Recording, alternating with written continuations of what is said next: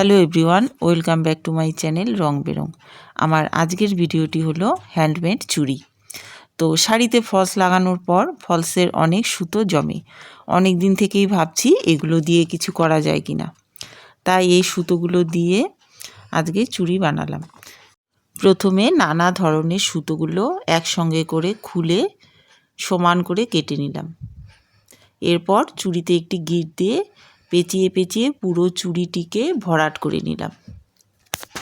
এরপর ছোট ছোট মিরর আঠার মাধ্যমে বসিয়ে আমি চুড়িটি তৈরি করে ফেললাম।